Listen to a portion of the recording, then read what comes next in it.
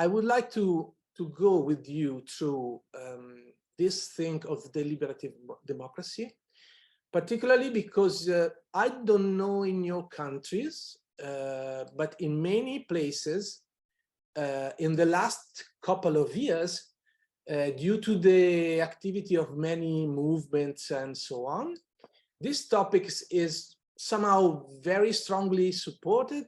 I know many cities creating different sort of public assembly to work on the topics of climate change, to work on the topics of migration. This is an idea of deliberative democracy that comes in the last at least 40 years in modern times to really improve our democratic processes. Is based on that idea of the power of diversity, power of discourse among people.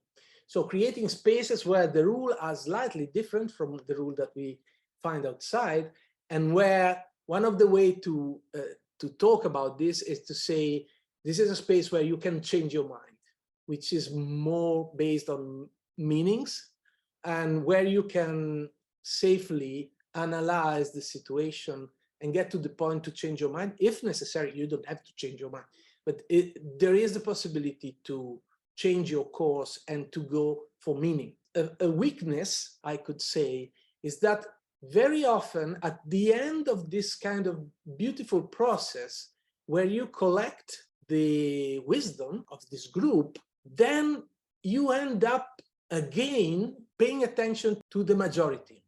So often at the end, the assembly votes, the group votes about something.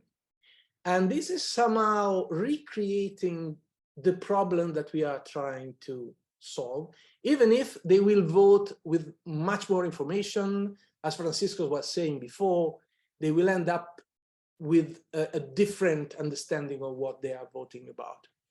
So deliberative democracy is based on this. It's a way to randomly selected and demographically balanced people. In some country where this is possible, they also add to this a balance on political orientations if necessary for the process. This is not always possible. For instance, in Italy, we decided to avoid that because there are countries where saying, I'm on the right, I'm on the left, I'm from this party, I'm a supporter of this candidate. It's easy and very normal. And there are countries where this is not absolutely the case because people don't like to tell you which side they are and so on. We have within this umbrella many different ways to put in practice this kind of activity.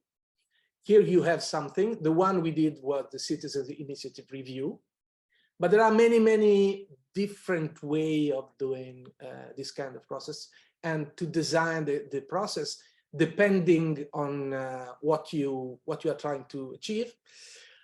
And also depending a little bit on the market, because there are companies doing this as their core activities. And there are methodologies that are under copyright and you have to pay to use it and so on, just for you to know if you are not familiar. Okay, this is important. So information, so the quality of the information you provide to the group determines the quality of the final result, the balance, and this is what I was telling to you before. Very often you have a group of proponents of this kind of methodology then asking to be in the group, okay, which is not understanding how it works. Okay, you can be the proponents, but you don't have the guarantee to be there to bring your own idea or to have a particular weight in the group, because this is the scope of the methodology, to subtract from your position the guidance of the group and bringing the best condition to be really connected to reality. So to have these different inputs coming. So balance and diversity, of course, conscientiousness, I can't say that, okay? It's also important. So you have to design the process in a way that really let the participant to understand what's happening and to understand the problem. And this is a big limit, because this means you can't use this to make decision or to work on many different issues that must be analyzed in deep before you really understand what is it. So this tool is very good for big general decision, but it's very difficult to bring into this context 10 different points for the group to be analyzed and get with a quality result in the end. To get to the level of conscientiousness, you really need to give them the time to process all the information, a really understanding of what is the point. We know that they can decide on very complicated things, okay? Also very complicated technical things, if they have the time to understand everything, if they have input from many different directions on that complicated issue. But we have to understand that you can't throw to this the management of a city. Like, for instance, we are doing here in our assembly somehow. They are asking good questions to the group, but also questions that are very difficult to be treated in this kind of space. And equal consideration. So you really have to put yourself in the position to provide the possibility of a balance between. So the temptation to control is always there, of course. So those are the elements, the characteristic elements. And that brings us to my suggestion on how to see this in our trade. So this can be very, very powerful, very, very good if you want to create a process of consultation. If you really want to have a good, balanced opinion from the public, from everyone, also stakeholders and everything else, on something, and they can produce a very good informative document for the rest of the people, okay? So this can be a very, very powerful use of this kind of methodology in general, or to make decision on big things. You can have the temptation to put together this to do placation. Again, I bring this moment, we have this request for public assembly for climate, okay? So one temptation can be, okay, let's do this assembly so they stop to complain, they stop to protest, they stop to block the roads. This is, in my opinion, is a very bad way to imagine the use of this kind of methodology. And then it could be a very good substitute of a vote, of a referendum, of a vote of that kind, even if I see it good for scientific reason, very difficult to digest by the public. So this is the way I see it. And of course, now you can imagine your way of seeing it, because maybe you see different things. I didn't put anything on partnership and delegation, because partnership and delegations are based on, I will call those particular people to do this, which is somehow against the general meaning of the methodology. So I wouldn't recommend this if you want to create partnership or delegation, even if you can run something like that using a concept of deliberative democracy. It's a matter of design, but I think we have things that works better. Okay, question, opinion, ideas on that? Can I ask just what is placation? I haven't been here yesterday and I don't understand. So placation is where you pretend to create a participative process, because you have people complaining, protesting, and to give them a space where they can normalize the protest or the complaining.